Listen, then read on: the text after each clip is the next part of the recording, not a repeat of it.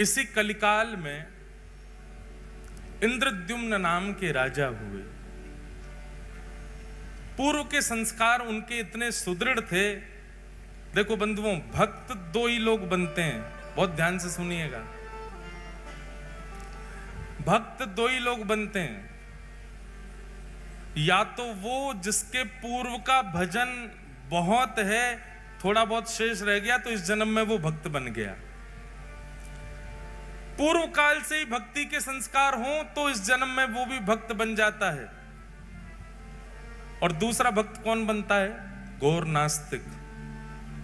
ऐसा ठोकर पड़े, ऐसी झटका लगे जीवन में कि वो भक्त बन जाता है। दो ही प्रकार के लोग अमूमन भक्त बनते हैं, परसेंटेज इन्हीं दोनों उनके ज्यादा है। तो इंद्रद्युम्न राजा के पूर्व के संस्कार बहुत ध्यानपूर्वक सुनिएगा। ठाकुर जी ऐसे नहीं प्रकट होते, ऐसे संस्कार हो तब ठाकुर जी आते हैं जीवन में। इंद्रद्युम्न राजा, बचपन से ही उसके अंदर इतनी भक्ति थी, इतना भाव था। भक्ति भाव का मतलब आप क्या समझते हैं? ठाकुर जी के प्रति भक्ति होना, ठाकुर जी के प्रति भाव होना, यह तो सबके अंदर हो जाता है। असली भक्त वाकु मानो, जाको जाको प्रेम हरि जनन सो हो। कौन से? हरि जन से। हरि जन मतलब हरि के दुदास है, उनसे जो प्रेम करते हो। हम एक बात कथा में कहते हैं कि महाप्रभु श्री जगन्नाथ जी के दर्शन करके आप जितना उछलते हो, राधा रमन जी के कपाट लगे, अचानक से गोसाई जी कपाट खोलते हैं तो जैसे महाराज सबकी भुजाएं खड़ी हो जाती है, नेत्र अपलक हो जाते हैं, हृदय में प्रसन्नता हो जाती है। राधा वल्लभ जी के दर्शन होते ही महाराज हृदय में अत्यंत शांति, अत्यंत शीतलता का अनुभव होता है। ठीक वैसा ही अनुभव किसी वैष्णव जन को देख करके होता हो तो मानो कि आप वैष्णव हो, तो मानो कि आप भक्त हो। हरिजन सो प्रीति नाही, अगर हरिजन से प्रीति नहीं है तो हरि से प्रीति नहीं। इंद्रद्युम्न राजा का एक नियम था कि आप अपने नगर में सेना खड़ी करके रखते थे चारों ओर। सब राजाओं की सेना खड़ी रहती है सुरक्षा में, लेकिन आपकी सेना का एक ही काम था। बहुत ध्यानपूर्वक सुनिएगा। क्या? नगर में आने वाले हर व्यक्ति से पूछना कि वो कहां से आया है, और नगर से जाने वाले व्यक्ति से पूछना वो कहां जा रहा है। यदि आने वाला व्यक्ति और जाने वाला व्यक्ति किसी तीर्थ या धाम का नाम ले दे, उसको पकड़ करके राजा के पास ले जाओ। आने वाला व्यक्ति अगर ये कह दे कि मैं बद्रीनाथ से आया हूं, तो जैसे किसी नगर में प्रवेश करते हैं तो वहां के सिपाही जन खड़े होकर के लाइन लगवाते हैं, बोले हाँ एक एक करके बताते जाओ अपना परिचय, कहां से आए हो। अगर वो कह दें कि हम फलाने नगर से आए हैं, फलाने गांव से आए, तो उनको जाने दिया जाता। कोई कहता हम वृंदावन से आए हैं, कोई कहता हम अयोध्या से आए हैं, बद्रीनाथ से, इधर खड़े होते जाओ सब। अब सब भक्तों को लगे भैया ये क्या होगा पता नहीं हमारे साथ, सब घबरा जाएं, भैया क्या करोगे? बोले कुछ नहीं, हमारे राजा से आपको मिलना पड़ेगा। बोले हम पे कर नहीं है कुछ देने को। बोले कुछ देना करना नहीं है, हमारे राजा बस मिलना चाहते हैं। और जितने वैष्णव इकट्ठे होते तीर्थ से आने वाले, सबको लेकर के इंद्रद्युम्न की सभा में जाया जाता। इंद्रद्युम्न को बताया जाता ये वृंदावन से, ये काशी से, ये वहां से, वहां सब तीर्थों के नाम। इंद्रद्युम्न अपनी सभा पूरी करके सबको एक कमरे में बिठाता और सामने बैठ करके एक एक करके उनको बुलाता। बोले आप उस स्थान का वर्णन कीजिए, वृंदावन कैसा है। और नेत्र बंद करके इंद्रद्युम्न केवल उसका अनुभव करता था। वहां की नदी कैसी है, वहां के लोग कैसे हैं, वहां की वृक्ष वल्लरियां कैसी हैं, वहां का तापमान कैसा रहता है, वहां ठाकुर जी की सेवा कैसी होती, प्रसाद कैसा लगता है, सारी बातें इंद्रद्युम्न बैठ करके सुनता था। एक अद्भुत भक्ति का प्रकार था इंद्रद्युम्न का।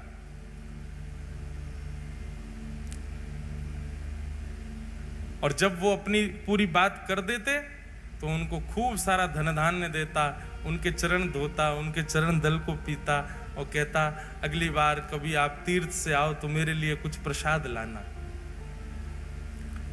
तीर्थ जाने वाले जो लोग होते थे नगर से, उनको अपने पास बुलाता, कहाँ जाओगे, कहाँ रुकोगे, वहाँ कैसे करोगे, क्या करोगे, रास्ता कैसा है, कैसे जाओगे, व्यवस्था कर देता रास्ते की, और कहता लौट के आओ तो मुझसे जरूर मिलना, बताना कैसा लगा वहां पे, मैं तो राजा हूं, कार्यकाल छोड़ के जा नहीं सकता।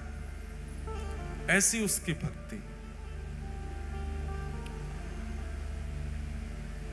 हमारे वृंदावन में भी ऐसी भक्ति होती है, इसी को मानसी भक्ति कहते हैं। इंद्रद्युम्न राजा मानसी यात्रा करता था, सारे तीर्थ घूमे थे उसने केवल मनी मन से,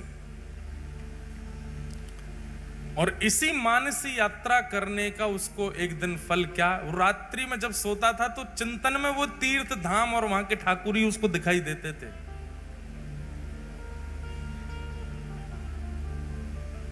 एक दिन ऐसे ही पूछते पूछते पूछते वैष्णवों से, उनके संग बैठ के सत्संग करते करते रात्रि में इंद्रद्युम्न सोए, और जैसे ही सोया स्वप्न में उसको एक पर्वत दिखाई दिया। उस पर्वत में सुंदर गुफा है, और उस गुफा के भीतर त्रिभंग लली श्याम सुंदर बिल्कुल नील मणि की तरह चमक रहे हैं। अद्भुत उनकी छटा, ऐसा अद्भुत दर्शन करने लगा। उनका दर्शन करके नेत्र आनंदित हो गए। उनकी सुंदर चरण की, उनके सुंदर अंग की सुगंधी इंद्रद्युम्न को आने लगी। उनकी वो एक क्षण की झलक इतनी सुंदर, इतनी मनमोहक थी। छटपटा करके नेत्र खुले इंद्रद्युम्न के, जलपान करने लगा, अपनी छाती को मसलने लगा। ये मैंने कैसा दृश्य देखा, ये कौन थे, ये कहाँ के ठाकुर जी। मैंने इतने तीर्थयात्रियों से पूछा, पर ऐसा स्वरूप तो किसी ने मुझे वर्णन नहीं किया। अत्यंत व्याकुल हो गया इंद्रद्युम्न। अब तो जो भी तीर्थयात्री आए उनके तीर्थ की चर्चा ना सुन के अपना हृदय का भाव बताता। ऐसी आंख है, ऐसी कमर है, ऐसा मुख है, ऐसे चरण हैं, आपने इनके बारे में सुना, ये कौन है, पर्वत पर रहते हैं। वैष्णव जन कहे नहीं, हमने तो नहीं देखा। अत्यंत व्याकुल हो गया इंद्रद्युम्न। संतों की खूब सेवा करता, बस मन में यही चिंतन था, बस इनका पता मुझे लग जाए, ये कौन है जो मुझे स्वप्न में दिखे हैं। बंधुओं एक बात बताएं, ये इंद्रद्युम्न के साथ हुआ ये तो हमने पढ़ा है, पर प्रत्यक्ष मैंने कई लोगों को सुना भी है। हमारे गिरधर लाल जी के एक आध वैष्णवों के तो मुझे याद है, उन्होंने कभी लाल जी को देखा नहीं, पर उनके स्वप्न में ठाकुर जी जाके उनको दर्शन देख के आ चुके हैं। हमारे वृंदावन राधा रमन लाल जी, कोई व्यक्ति वृंदावन नहीं आया पर उसको स्वप्न में जाकर के पहले ही उसके दर्शन देख के आ चुके हैं। ऐसे ठाकुर जी ने दर्शन दिया इंद्रद्युम्न को। एक दिन रात्रि में सोया, अत्यंत विकल व्याकुल रोज चिंतन करता ठाकुर जी का। तभी उसके स्वप्न में पुनः वह ठाकुर जी प्रकट हुए, और प्रकट होकर के उन्होंने अपना नाम बताया। हे इंद्रद्युम्न, मैं नील माधव हूं, मैं तुम्हारी भक्ति से बहुत प्रसन्न हूं और तुम पर अनुग्रह करना चाहता हूं। नीलाचल पर्वत पर मेरा निवास है। कुछ आदिवासियों से ही मैं अपनी सेवा कराता हूं, इससे ज्यादा संकेत मैं नहीं दे सकता। तुम स्वयं खोज करके मेरे इस अनुग्रह को स्वीकार करो। इंद्रद्युम्न अत्यंत प्रसन्न हो गया। थोड़े थोड़े संकेत उसको मिल गए थे।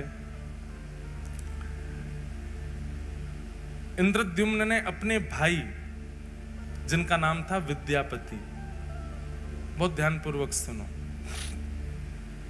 विद्यापति को कहा कि लीलाचल पर्वत है, वहां पर आदिवासी सेवा करते हैं, नीलमाधव भगवान वहां पर विराज रहे हैं, तुम जाकर के उनकी सुध लेकर के आओ, वो ठाकुर जी मुझ पर कृपा करना चाहते हैं। तब विद्यापति नीलाचल पर्वत के पास गए, और वहां जाकर के उन्होंने देखा तो सब कोल भील हैं, सब वन के लोग हैं, आदिवासी हैं और वो सब वहां पर रहते हैं, रह करके कैसे सेवा करते हैं, क्या करते हैं, वो सब का थोड़ा थोड़ा अनुभव करने लगा। तभी एक दिन एक कन्या पर उसकी दृष्टि गई, अत्यंत भोली सीधी कन्या, उसका नाम था ललिता। उन्हीं आदिवासियों के सरदार की वो बेटी थी। विद्यापति ने कहा, यदि मैं इसको अपना मित्र बना लूं या इससे कोई संबंध रखूं तो मुझे नील माधव भगवान जल्दी मिलेंगे। एक दिन वंचर जीवों के बीच में जबरदस्ती स्वयं को उसने डाल दिया। वंचर जीव उसको कहीं से खा गए, कहीं से काट गए, कहीं पर अपने नाखून मार गए और पूरे रक्त में रंगित अपने तन को लेकर के वन में पड़ा पड़ा विद्यापति रो रहा था। तभी वो जो आदिवासी थे उनकी पुत्री ललिता वहीं से जल भर के जा रही थी। भगवान देखो कितने पापड़ बेलने पड़ते हैं तब आते हैं ठाकुर जी। हम जामे और वहां पे भी जाके दुकानदार को पैसा देके ठाकुर जी उठा लाते हैं और उसमें भी मोल भाव करते हैं, कम कर, इतने महंगे ठाकुर जी। ठाकुर जी को भी गोद में आके लगती होगी, अरे ये पैसा तो को कम लग रहे हैं, पूरा ब्रह्मांड लुटा देगी तो ना खरीद पाएगी मुँह, या तो मोल भाव और कर रही है। हमने अभी एक कथा जलंधर में एक बात कही कि भैया, किसी व्यक्ति ने मुझसे प्रश्न किया कि महाराज जी, हम ठाकुर जी वृंदावन से लेकर के आते हैं या कोई भी लेता है उसका पैसा देते हैं तो मन में ये बात बनी रहती है कि हमने ठाकुर जी खरीदे हैं। हमको पैसे देने से मना नहीं है, हम देना चाहते हैं, पर ये भावना चित्त से जानी चाहिए कि हमने ठाकुर जी खरीदे हैं, उसका क्या करें। हमारे मन में जो आया वो बताया मैंने कि सुनो, आप उसको ये मत समझो कि आप धन दे करके खरीद के लाए हो। आप ये सोचो, ये ठाकुर जी जादना पधारे, जादना रूप बनो, वही दना इनने मुकु चुन लियो। अब ये प्रतीक्षा कर रहे हिसार की वो माता जी कब आएंगी या हिसार के वो भैया कब आएंगे, उनके संग में जाऊंगा। अब आप गए 1 साल 2 साल बाद, ठाकुर जी के बनने के बाद, ठाकुर जी के प्रकट होने के बाद, तो 2 साल तक ठाकुर जी जिसके घर पर रहे उसके यहां से जब अपने ठाकुर जी ले जा रहे हो तो 2 साल वाने आपके ठाकुर जी की रक्षा करी, ठाकुर जी को विराजमान कियो, ठाकुर जी को श्रृंगार दियो, या भाव से वाकू बधाई दे करके आओ कि भैया हम तुमको बधाई दे रहे हैं, तुमने हमारे हृदय के ठाकुर जी अपने पास रखे। और सुनो, वो जितनो बतावे वहां में कछु बढ़ा के दे के आओ, बधाई दे के आओ। और जब जब वृंदावन जाओ, हम अपने लाल जी जिन्होंने हमको लाल जी प्रदान किए, वैष्णव हैं नाथ द्वार के, ठाकुर जी का स्वरूप ही बनाते हैं वो। उनको हमने मामा जी का संबंध बना रखा उनसे। जब भी जाएंगे नाथ द्वारा उनके यहाँ जरूर जाएंगे, उनको कुछ कुछ भेंट दे के आएंगे, कुछ करके आएंगे, बधाई दे के आएंगे। अभी नाथ द्वारा में उत्सव है तो उनको भी बुलाएंगे, सम्मान करेंगे, भैया हमारे लाल जी के मामा जी हैं। इतने साल तक 5 साल लाल जी उनके पास रहे, 5 साल तक प्रतीक्षा करी उनने, 5 साल बाद पधारे ठाकुर जी। हमारी प्रथम कथा जो द्वारिका में हुई, उस कथा के प्रथम दिन से श्री ठाकुर जी का प्राकट्य होना प्रारंभ हुआ था और 8वें दिन जिस दिन कथा विश्राम हुई, 8 दिन में ठाकुर जी का स्वरूप प्रकट हो गया था। उन्होंने तब से सोच लिया तो जिनकी कथा सुन के ये बने हैं ये उन्हीं के पास ही जाएंगे। 5 साल ठाकुर जी ने प्रतीक्षा की, उसके बाद ठाकुर जी पधारे लाल जी। उनको बधाई देते हैं जब भी जाते हैं। ठाकुर जी ऐसे ही नहीं आते भैया, बहुत श्रम करना पड़े, परिश्रम करना पड़े। तो विद्यापति ने अपने आप को जबरदस्ती जानवरों से कटवाया और उस मार्ग पर गिर गया जहां से ललिता रोज जल भर के लाती थी। उसने जब देखा कि ये घायल पड़ा है, तुरंत उसको उठा करके अपने घर ले गई। सब लोग इधर देखो, बहुत ध्यान से कथा सुनो। श्री जगन्नाथ प्रभु कैसे पधारे, कैसे प्रकट भये, उसकी पूरी लीला है।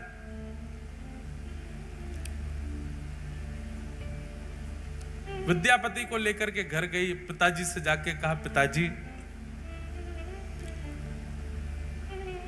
ये घायल व्यक्ति है, मैं इसको ले आई हूं, आप इसकी चिकित्सा करो। ललिता के पिताजी का नाम था विश्ववसु। आज भी श्री जगन्नाथ जी की रथ यात्रा में विशेष सेवा उसी वंश की है।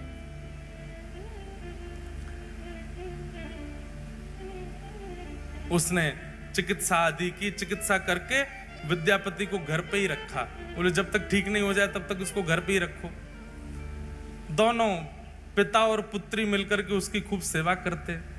धीरे धीरे विद्यापति ठीक होने लगा। उसकी तो पूर्व से साजिश थी, अब इसको साजिश कहना थोड़ा अटपटा लगता है, पर उसकी पूर्व से योजना थी कि मुझे नील माधव भगवान चाहिए, उसके लिए चाहे जो करना पड़े। धीरे धीरे ठीक हुआ, ठीक होकर के अब वो उसी घर में ही रहने लगा। विश्ववसु के साथ में उनका जो काम था, खेती बाड़ी आदि, वो कराने लगा। ललिता के साथ में थोड़ी उसने मित्रता कर ली। धीरे धीरे ललिता से प्रेम कर लिया, क्योंकि नील माधव भगवान की सेवा बहुत गुप्त रूप से होती थी। किसी को पता नहीं होता था कौन करता है, कैसे करता है, कहां है ठाकुर जी। उसके लिए ये सब करना बहुत जरूरी था उसको। विद्यापति ने धीरे धीरे धीरे उन समस्त कोल भीलों से, उन समस्त आदिवासियों में अपना स्थान बना लिया। आप तो सब उसको अपने परिवार जैसा समझने लगे। और एक दिन ललिता ने अपने पिताजी से कहा, मुझे बहुत प्रिय है, आप मेरा इसी से ब्याह करा दो। विद्यापति से पूछा, तुम ब्याह करोगे हमारी पुत्री से? बोले कि मेरा तो परिवार ही नहीं है, मैं तो आपका हूं, आप करा दो ब्याह। और ललिता के साथ में विद्यापति का ब्याह हो गया। विद्यापति कौन है? विद्यापति कौन है? इंद्रद्युम्न राजा का भाई। अगर भूल भाल मत जाइए, बात पूरी कथा सुनते रहो। ललिता के साथ में इनका विवाह हो गया। अब विवाह के बाद ये घर जमाई बन के ही रहने लगे। वहीं उनके विश्ववसु के घर में ही रहते थे।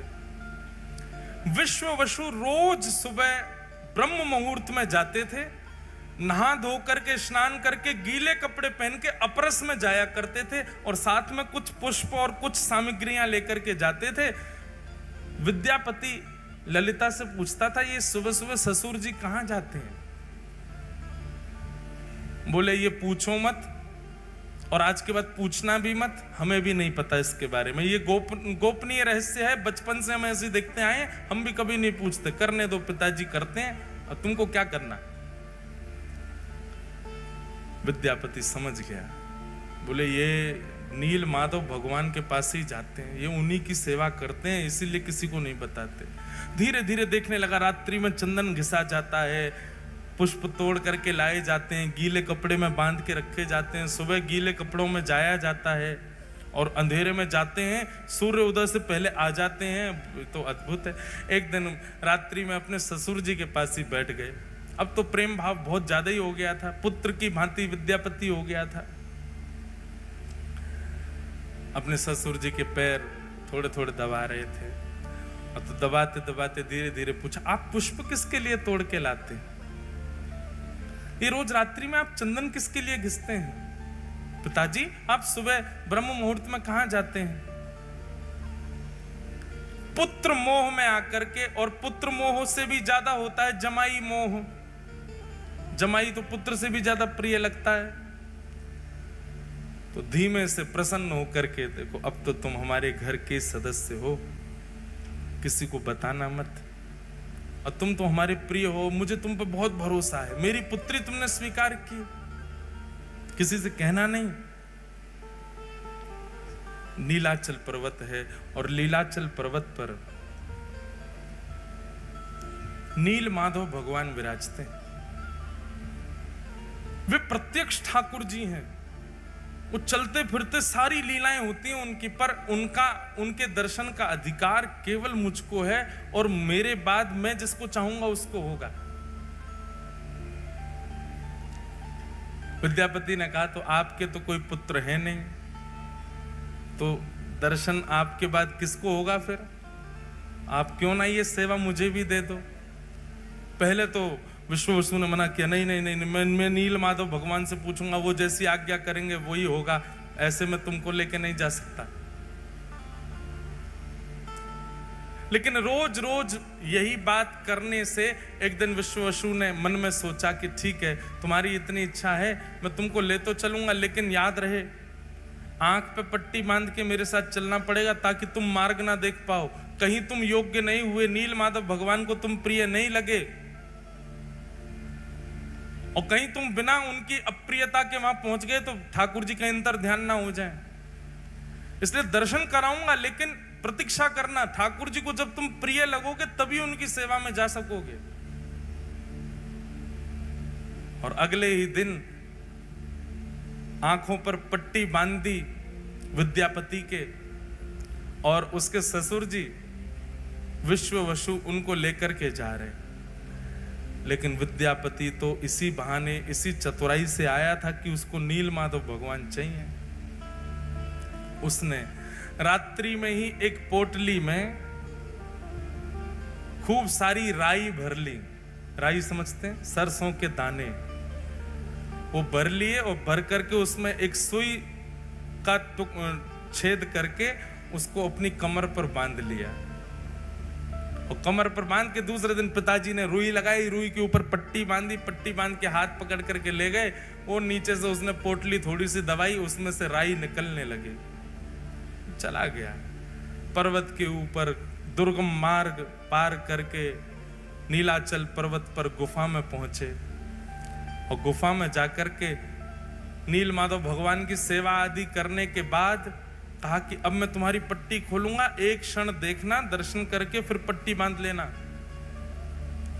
और जैसे ही उसकी पट्टी खुली, सामने नील वर्ण के श्री नील माधव भगवान मंद मंद मुस्कुरा रहे हैं, कटाक्ष कमल नेत्र हैं, सुंदर ठाकुर जी का वपु दिखने लगा। दर्शन हो गए। दर्शन करते ही तुरंत पट्टी बांधी, बोले चलो अब वापस यहां से, ताकि मार्ग ना पता कर ले। वापस ला कर, अब देखो तुमको दर्शन हो गए, अब नील माधव भगवान आज्ञा करेंगे तो तुमको सेवा मिलेगी, नहीं तो ऐसे ही रहो। अब उसको कहां, वो तो छटपटा रहा था, उसको दर्शन हो गए, वही छवि दिखे, बोले भैया कब से प्रतीक्षा कर रहे हैं, अब इन सबको मैं बताऊंगा कि इन्हीं की आज्ञा है मेरे भैया को, तो ये लोग मानेंगे नहीं। भैया अपना राजपाट छोड़ करके आ नहीं सकते।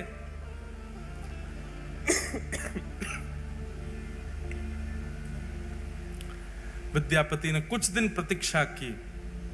कुछ दिन प्रतीक्षा के बाद एक दिन सुबह सुबह उठ करके उसने मन में विचार किया कि अब सरसों पौधे बन गए होंगे, और उसी मार्ग के पीछे पीछे जाके मैं देखूं कैसे है नील माधव। सुबह उठ करके जैसे ही तैयार हुआ, पत्नी उठ गई। पत्नी ललिता पूछने लगी, कहां जा रहे हो? बोले देवी पुष्प लेने जा रहा हूं, ठाकुर जी की सेवा करूंगा, तुम्हारे लिए गजरा बनाऊंगा। ऐसा कहकर के चला गया। ललिता बोली, आज तक तो कभी लाए नहीं गजरा, आज तक तो कभी सेवा के लिए पुष्प लाए नहीं, आज अचानक। अब वो तो सरसों के पौधे देखते देखते देखते मार्ग उसने पता कर लिया, तो उसी के पीछे पीछे ललिता उसके पीछे पीछे चल दी, और वो छुप छुप करके देखती हुई जा रही है, जा कहां रहा है। तभी वो नीलाचल पर्वत के ऊपर चढ़ने लगा, पीछे पीछे ललिता भी चली गई। जैसे ही गुफा में पहुंचे, नील माधव भगवान खड़े हैं सामने। इसको तो दर्शन का अधिकार था, ठाकुर जी तैयार ही थे इसके साथ जाने को। तो बस ये जैसे ही ठाकुर जी का स्पर्श करने वाला था, इतने में ही ललिता पीछे से आ गई, अनधिकारी सामने आ गया। और अनधिकारी के आते नील माधव भगवान वहां से अंतर ध्यान हो गए। और जैसे नील माधव भगवान अंतर ध्यान हुए, रोने लगा। बोले मैंने कितना सब बनाया था ठाकुर जी को ले जाने के लिए, आदि आदि सब बातें हुई। ललिता ने जाकर नीचे पूरे आदिवासियों में बात फैल गई, सब विश्ववसु को पकड़ करके बंदी बना लिए, उसको छल कपट किया तुमने हमारे साथ, आदि आदि। हमारे ठाकुर जी अंतर ध्यान हो गए, हमारे साथ जो किया सो किया, ठाकुर जी चले गए हमारे। हम तुझे दंड देंगे। बोले कि मुझे दंड दीजिएगा, लेकिन मुझसे पहले आप एक बार राजा इन करके व्यवस्थित करवाना और सुंदर किसी कारीगर से मेरा विग्रह स्वरूप बनवाना। कारीगर वो ही बनाएगा जैसा रूप मैं चाहता हूं प्रकट करना, इसलिए उसको कुछ बताने की आवश्यकता नहीं। बस कारीगरों से कहना कि वे अपनी कला से बनाना शुरू करें, क्योंकि मेरे रूप को वही बना पाएगा जिसको मैंने चुना होगा। इसलिए तुम केवल समुद्र के तट पर जाकर के तीनों काष्ठों को इकट्ठा करो। तब जो तिथि समय भगवान ने बताया था उसी तिथि समय पर गए, जाकर के देखा तो 3 काष्ठ बहते हुए, 3 दारू, दारू मतलब लकड़ी, बहती हुई समुद्र में से आई। और उन तीनों को इंद्रद्युम्न राजा ने अपने पूरी सेना से उठवाने का प्रयास किया, पर कोई हिला नहीं पाया। उठाना तो बहुत दूर की बात। तब नील माधव भगवान की, जिन्होंने अनन्य सेवा, अनंत सेवा की, विश्व वसु को ही पुनः बुलाया गया और उन्होंने आकर के चंद लोगों ने उठाया तो वो दारू ब्रह्म अपने आप उठ गए और ले जाकर के उनको गुंडीचा की रानी के महल में रखवाया। इंद्रद्युम्न राजा ने दुनिया के श्रेष्ठ से श्रेष्ठ कारीगरों को बुलाया। ये लकड़ियां हैं 3 और आपको इनसे स्वरूप, कैसा स्वरूप बनाओ? बोलो जैसा तुम्हारा मन करे वैसा बनाओ। वर्णन आता है कि महाराज बड़े से बड़े कारीगर आ गए, छेनी हथौड़ा रख करके स्वरूप निर्माण करना चाहें, पर वो छेनी हथौड़ा चलावें तो जैसे मानो ऐसा लगे लोहे पर चला रहे हो। चिंगारियां निकलती हैं पर एक एक रत्ती भर भी उसमें छिद्र नहीं हो पाता। बड़े बड़े कारीगर अपने छेनी हथौड़ा टूटे हुए राजा इंद्रद्युम्न के सामने रख देते, क्षमा करो भगवान हम नहीं बना पा रहे। फिर कोई बंगाल से आता, बोले हम करके दिखाएंगे, वो भी नहीं बना पाते। फिर कोई कहीं से आता, वो भी नहीं बना पाते। तब भगवान ने आज्ञा की, त्रिलोकी के सबसे बड़े चित्रकारी में, कार्य कलाकारी में माहिर श्री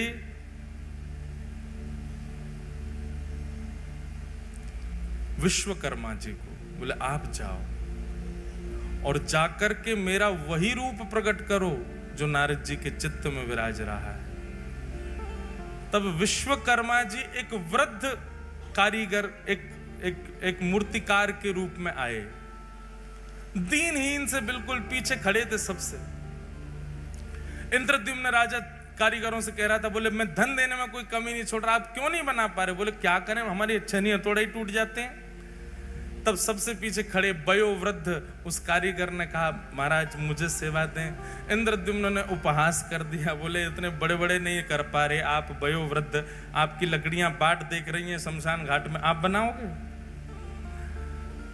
तब आपकी पत्नी गुंडीचा के हृदय में भाव आया, बोले वो कह रहे हैं एक बार सबने प्रयास किया तो उनको भी करने दो, ठीक है आप भी प्रयास करके देखिए। तब उस कारीगर ने कहा, देखिए प्रयास तो करूंगा लेकिन मेरी कुछ शर्तें हैं। बोले क्या शर्तें हैं? बोले पहली बात, मैं जब ठाकुर जी का स्वरूप बनाऊं उस समय कोई आएगा नहीं।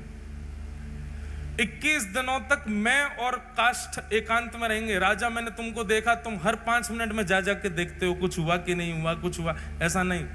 21 दिन तक तुम आओगे भी नहीं उस स्थान पर जहां ठाकुर जी का विग्रह बन रहा होगा। राजा बोला हमको कैसे पता चलेगा कि आप बना रहे हो? बोले बाहर खड़े खड़े छेनी हथौड़ा और जो भी प्रयोग हो रहे होंगे सामग्री, उनकी ध्वनि से तुमको पता चल जाएगा कि स्वरूप बन रहा है ठाकुर जी का। 21 दिन तक कोई नहीं आएगा, ये मेरी शर्त है। राजा ने बात मान ली और यहां विश्वकर्मा जी ने बनाना प्रारंभ किया ठाकुर जी को। बनाते बनाते बनाते बनाते 15 दिन बीते और 15 दिन तक रोज आवाज आती थी भीतर से, कुछ ना कुछ क्रिया चल रही है। 15 दिन तक इतना उतावला इंद्रद्युम्न दिन रात कान लगा के सुनता ही रहता था। हाँ ठाकुर जी बन रहे हैं, मेरे ठाकुर जी बन रहे हैं। अगर नहीं बन रहे होते तो पहले दिन ही आ जाते, छेनी हथौड़ा लेके नहीं बन रहा। इतने सारे कारीगर सब निरस्त हो गए, इनसे बन रहे हैं, इसीलिए तो अभी तक चल रहा है काम भीतर। 15 दिन तक अत्यंत आनंदित इंद्रद्युम्न तो उत्सव की व्यवस्था करने लगा, बोले मेरे ठाकुर जी प्रकट होने वाले हैं। 15 दिन व्यतीत हुए, 15 दिन बाद ही महाराज भीतर से आवाज आनी बंद हो गई। आवाज आनी जैसे ही बंद हुई, पूरा दिन सुनता रहा, आवाज नहीं आई। थोड़ी और प्रतीक्षा करी, आवाज नहीं आई। उसके चित्त में शंका उत्पन्न हुई कि बहुत वयोवृद्ध हैं, कहीं ऐसा तो नहीं बनाते बनाते पधार गए हों भीतर ही, मेरे ठाकुर जी अधूरे रह जाएं। सबने कहा, बोले उनकी शर्त है, मना किया उन्होंने, बोले तो कब तक नहीं खोलूं मैं ठाकुर जी बनी ही नहीं रहे। एक दिन पूरा प्रतीक्षा कर ली मैंने। अरे भाई ठाकुर जी कहीं अधूरे रह गए हो, वो पधार गए हो भीतर, फिर क्या होगा? अरे कोई और कारीगर आके आगे कार्य कर लेगा। किसी की ना मान करके गुंडीचा और इंद्रद्युम्न ने जैसे ही द्वार खोला, द्वार खोल करके देखा तो छेनी हथौड़ा नीचे रखे हैं। वो जो कारीगर थे वो वहां थे ही नहीं, और सामने जैसे ही देखा जन्म वेदी है वो, जहां ठाकुर जी 7 दिन विराजमान होते हैं रथ पे जाकर के, उसको जन्म वेदी कहते हैं, गुंडीचा के महल में। उस जन्म वेदी के ऊपर जैसे ही देखा है, तभी क्या पाया, 3 विग्रह ही 3 रूपों में विराजमान हैं। जहां पर बिल्कुल दाहिनी ओर में श्वेत वर्ण के श्री बलभद्र जी महाराज दोनों भुजा लेकर के, मध्य में सुभद्रा जी, और वाम अंग में साक्षात नील माधव भगवान ही श्री जगन्नाथ जी के रूप में खड़े हुए। श्री जगन्नाथ महाप्रभु की। प्रथम दर्शन करते ही इंद्रद्युम्न रोने लगा। हाय नाथ, ये कैसा स्वरूप, भुजा भी नहीं बनाई पूरी, पेट भी अधूरा छोड़ दिया, अरे नेत्र भी नहीं। मैं पहले ही मना कर रहा था कि उसको मत लाओ, वो तो वृद्ध है। अरे ये बीच में स्वरूप, इनके तो हाथ ही नहीं है, पैर ही नहीं है, ये कैसा स्वरूप बना दिया। तुरंत मूर्छा आई इंद्रद्युम्न को, और मूर्छा आते ही ठाकुर जी ने पूरी द्वारिका लीला उनको दिखा दी। बोले ये स्वरूप सामान्य नहीं है इंद्रद्युम्न, ये मेरा प्रेम विगलित स्वरूप है। पूरे विश्व में मेरे अनेक अनेक रूप होंगे, पर ऐसा रूप एकमात्र पूरे भारत में, पूरे ब्रह्मांड में, पूरे त्रिलोक में यदि कहीं होगा तो केवल और केवल तुम्हारे पास नीलाचल पर्वत पर होगा, और कहीं नहीं। भगवान त्रिभंग लली गोलोक धाम में भी हैं, ठाकुर जी धनुष बाण लेकर के साकेत धाम में भी हैं, शंख चक्र गदा पद्म धारण करके वैकुंठ में भी हैं और पृथ्वी पर भी हैं। पर श्री जगन्नाथ तो केवल और केवल पृथ्वी पर हैं और कहीं भी नहीं, केवल इस भूमि पर। महाप्रभु जी ने आज्ञा की, ये मेरा स्वरूप है और ये स्वरूप मेरा प्रेम के कारण प्रकट हुआ है। इंद्रद्युम्न, अब तुम मेरा मंदिर निर्माण करा करके मेरे स्वरूप को विराजमान कराओ और विराजमान करके मेरी सेवा प्रारंभ करो, ये मेरा ही स्वरूप है। तब इंद्रद्युम्न के हृदय में जो दोष उत्पन्न हो रहा था, जो भाव उत्पन्न हो रहा था, ये कैसा स्वरूप, वो भाव, वो दोष, वो दूर हो गया। पूरे जगन्नाथपुरी में, पूरे लीलाचल पर्वत पर महाराज श्री क्षेत्र में उत्सव मनने लगा। इंद्रद्युम्न ने भव्य मंदिर का निर्माण कराया और भव्य मंदिर में जाकर के महाप्रभु श्री जगन्नाथ विराजमान हुए। बोलो जगन्नाथ भगवान की जय। महाप्रभु श्री जगन्नाथ विराजमान हुए। और कल फिर मैंने इसके आगे की कथा सुनाई थी। इंद्रद्युम्न राजा ने अपनी राज पदवी का त्याग कर दिया और राज पदवी का त्याग करने के बाद अपना संपूर्ण जो खजाना उसका था वो सब भगवान की सेवा में अर्पित कर दिया। गुंडीचा,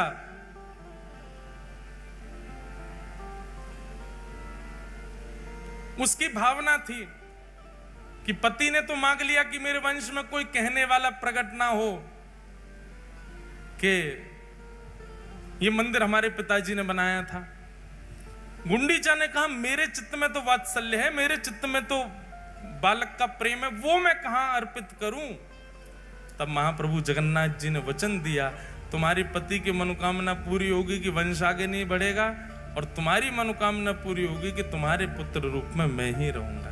और मां, मैं आपको वचन देता हूं, मैं जगत का कल्याण करने के लिए यहां पर आया हूं, इसलिए साल भर तो मैं सबको दर्शन दूंगा, पर साल में 7 दिन के लिए रथ पर आरूढ़ होकर के मैं नित्य गुंडीचा आया करूंगा। बंधुओं, स्कंद पुराण में ठाकुर जी के गुंडीचा में जब वो विराज जाते हैं, भगवान जब रथ पर बैठ करके आते हैं और रथ से उतर के जब गुंडीचा में 7 दिन विराजते हैं, उन 7 दिनों में दर्शन का इतना बड़ा महत्व है। स्कंद पुराण में कहते हैं 3.5 करोड़ तीर्थ हैं पृथ्वी पर। कितने? 3.5 करोड़। 3.5 करोड़ तीर्थों को करने का फल केवल एक झलक गुंडीचा में जगन्नाथ जी की देखने से प्राप्त हो जाता है। और आप श्री मंदिर में जगन्नाथ जी को जब देखोगे तो आपको लगेंगे पर ब्रह्म जगन्नाथ विराज रहे हैं, लेकिन आप अनुभव करेंगे, आप जब गुंडीचा में जाकर के जगन्नाथ जी को देखेंगे, आपको लगेगा नेक सो लाला बैठो है। वहां ठाकुर जी अपना पर ब्रह्म रूप आपको थोड़े पतले से दिखाई देंगे, थोड़े छोटे से दिखाई देंगे, नेक से हो जाएंगे, और थोड़े टेढ़े मेढ़े से दिखाई, ऐसा लगेगा मानो खेल रहे हैं, किलोल कर रहे हैं। क्यों? बोले अपने मैया के पास बैठे श्री ठाकुर जी। हाँ, ठाकुर भले विराजे जी उड़ीसा जगन्नाथपुरी में। ठाकुर भले विराजे जी उड़ीसा जगन्नाथपुरी। ठाकुर भले विराजे जी उड़ीसा जगन्नाथपुरी में।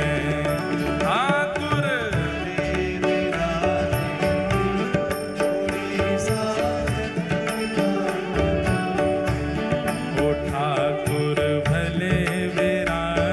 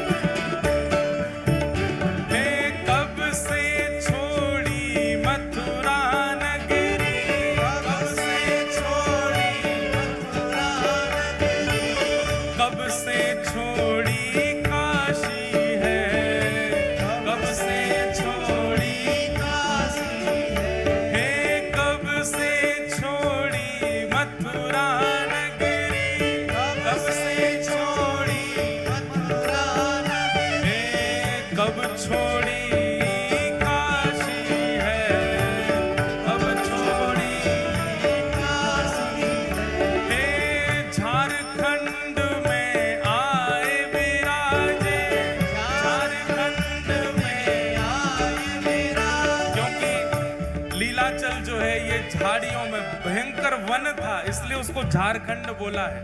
झारखंड का मतलब वो प्रांत मत समझना। झारखंड में आए विराज प्यारे वृंदावन के वासी हैं, वृंदावन के वासी, वृंदावन के वासी हैं, ठाकुर भले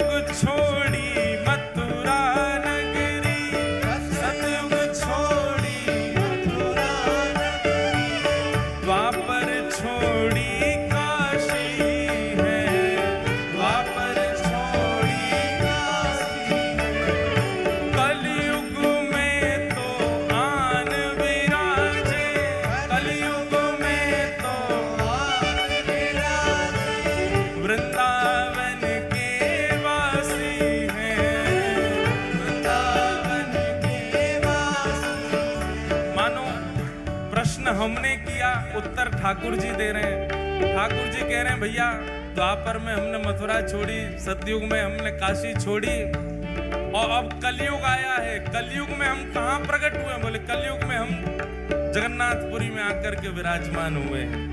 हे कलयुग में है आन पधारे, कलयुग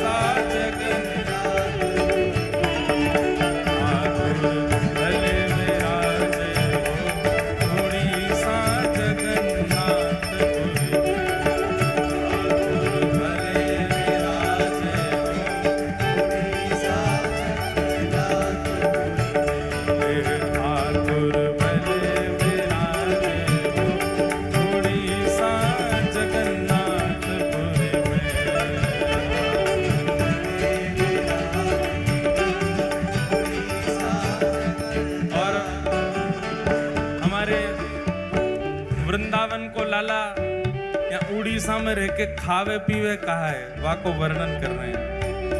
दाल रांधू भात रांधू, दाल रांधू भात रांधू, परवल की तरकारी हो, परवल की तरकारी, हे परवल की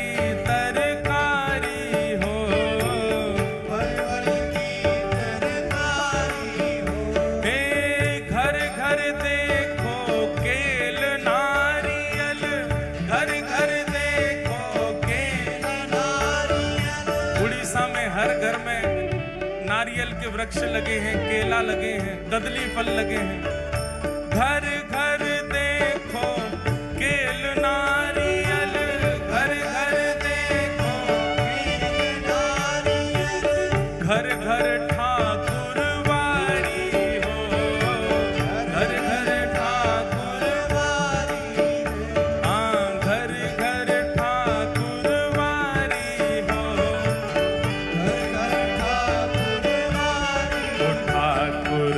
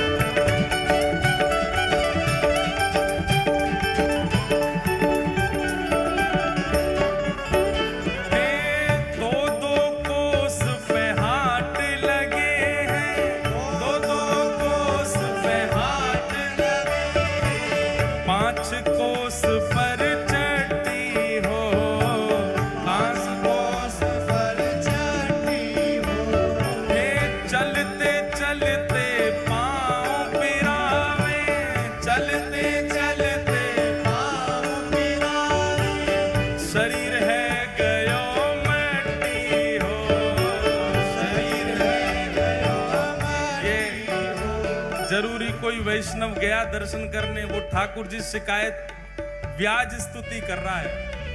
बोले कैसा हो भैया? बोले 2-2 कोस तक तो घर ही नहीं है, जंगल ही जंगल है पूरा, और 5 कोस पे चट्टी हो, कहीं भोजन पानी करना हो तो 5 कोस चलो। चलते चलते पाँव पिरावे, चलते चलते पाँव पिरावे, शरीर है गयो मट्टी हो, शरीर है गयो मट्टी हो, हाँ शरीर है गयो मट्टी, शरीर है गयो मट्टी। हे ठाकुर, हाँ ठाकुर, ओ ठाकुर भले विराजे हो उड़ीसा जगन्नाथपुरी में, ठाकुर भले विराजे हो उड़ीसा जगन्नाथपुरी में, हाँ ठाकुर भले विराजे हो उड़ीसा जगन्नाथपुरी में, ठाकुर भले विराजे हो उड़ीसा जगन्नाथपुरी में। नाथ नाथ नाथ भजो नाथ जगन्नाथ, नाथ नाथ भजो नाथ जगन्नाथ, हे दीनों के नाथ भजो नाथ जगन्नाथ, दीनों के नाथ भजो नाथ जगन्नाथ, हे नित्य गौर राधे श्याम, हरे कृष्ण हरे राम, नित्य गौर राधे श्याम,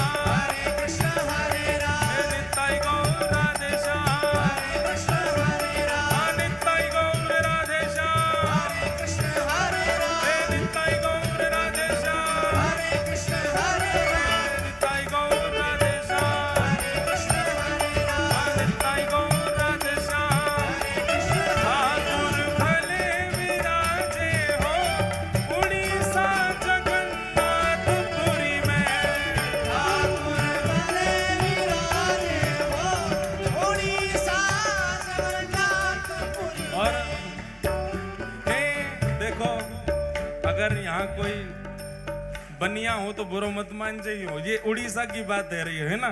कहा चट्टी चट्टी बनिया लूटे, चट्टी चट्टी बनिया लूटे, और लूटे फिरंगी हो, और लूटे फिरंगी हो, और सिंह दरवाजे पंडा लूटे, सिंह दरवाजे पंडा लूटे। जो लोग जगन्नाथपुरी गए होंगे, वहां के पंडान पे 2 छड़ी लगी रहे हाथ में, उसको बजाते रहेंगे चट चट, इधर आओ इधर आओ इधर आओ, यहाँ पे आओ, कितना 500 दे दियो, 500 नहीं 1000 निकाल के दो, महाप्रभु जगन्नाथ कृपा करेंगे। सबके संग होता है ऐसा। सिंह द्वार पे पंडा लूटे, सिंह द्वार पे पंडा लूटे, यात्री भय उदासी हो, यात्री भय उदासी हो, हाँ यात्री भय उदासी हो, यात्री भय उदासी। हे ठाकुर, हाँ ठाकुर, हे ठाकुर भले विराजे हो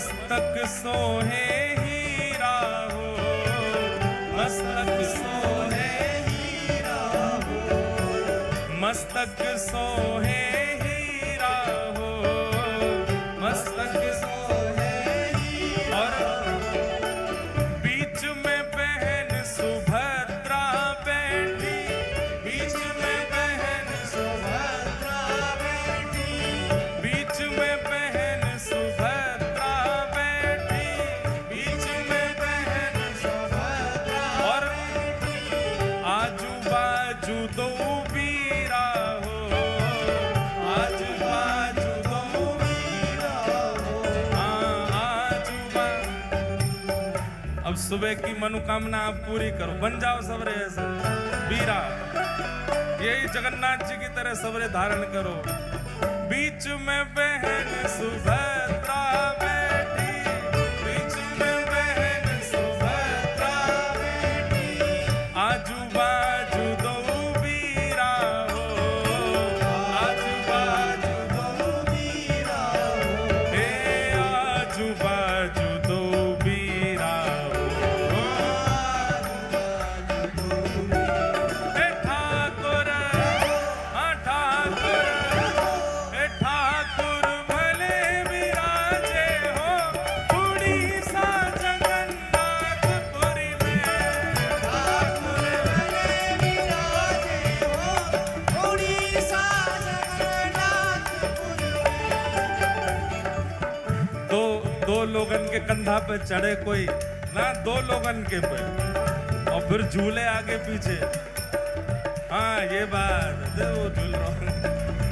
हे ठाकुर, हाँ ठाकुर, हे ठाकुर भले विराजे हो उड़ीसा जगन्नाथपुरी में, ठाकुर भले विराजे हो उड़ीसा जगन्नाथपुरी।